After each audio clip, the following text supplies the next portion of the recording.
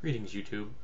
I've had a fascination with weapons and weapons technology for my entire life, since I was a very small child. And in almost 40 years, I've amassed possibly the largest weapons reference collection in the city. I know it's larger than the one at the local library.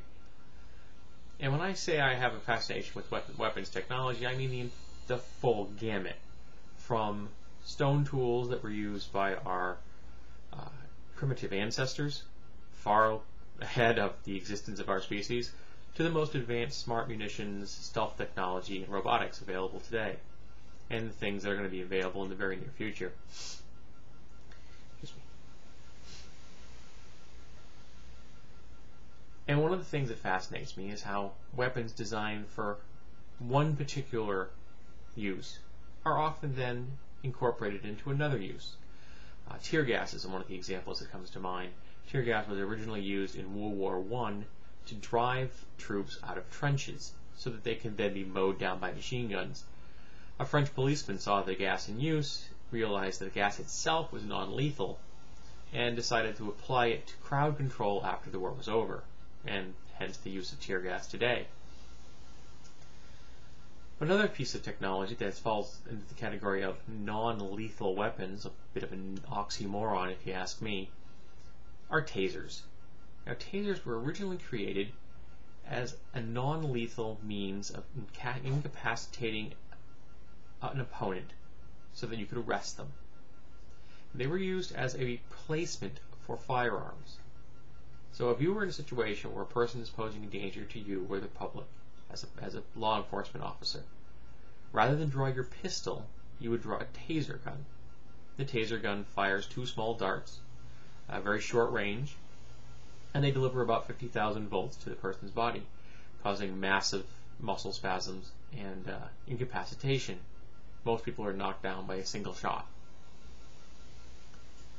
Now, if it's choice between being shot with a firearm, shot with a taser, most people would choose the taser.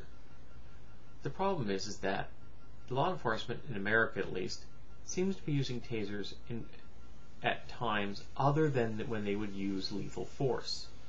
They aren't using tasers when they would ordinarily use a pistol. They're using tasers because they want to. They're using tasers because they know that the taser is very unlikely to kill their victim, but it's going to hurt their victim. They're not only using them to incapacitate people to be arrested, but they're using them to incapacitate people to hurt people who are giving them lip, who are resisting the existence of the police officer themselves, who are not deferring to the police officer's authority. That was not the intended use for a taser. It was not there to be used as a truncheon, as a baton, as a beating stick. It is not used there to make people comply with the policeman's will. And that, unfortunately, seems to be what they're being used for in quite a few cases. Disagree with the cop, get tased. Because the cop knows, I'm not going to get fired for tasing someone. Well, I could get fired if I beat them with a nightstick, or a tonfa, or I shoot them. But that's not what they're intended for. I mean, how they're being used is immoral. They're being used as a form of coercive torture. And yes, there are going to be people who say that I'm using the word torture incorrectly. But if you cause someone pain who's under your authority because you can, that's torture. Particularly if you tased a person and then you tase them again. So after a single tasing, most people are going to be incapacitated. So now that they are helpless at your will, so causing them further pain is torture. There isn't any other way to put it.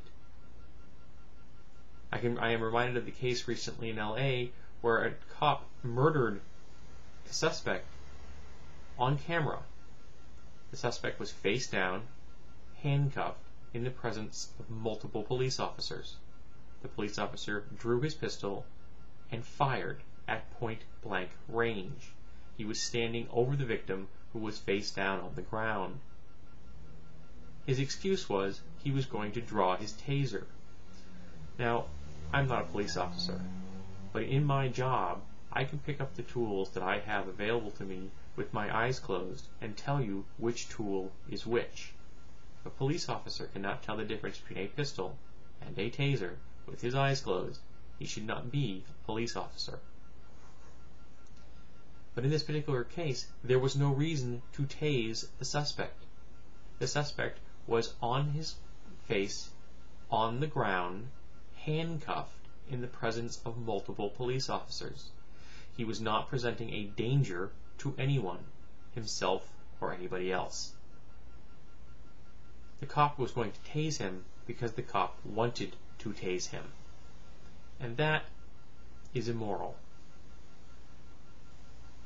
I think we need to rethink how we use tasers. We need to retrain police officers. We need to rein in their seemingly wanton use of these devices, and we need to make sure that they're using them the way they were intended to, in place of a pistol, not just because they like to hurt people.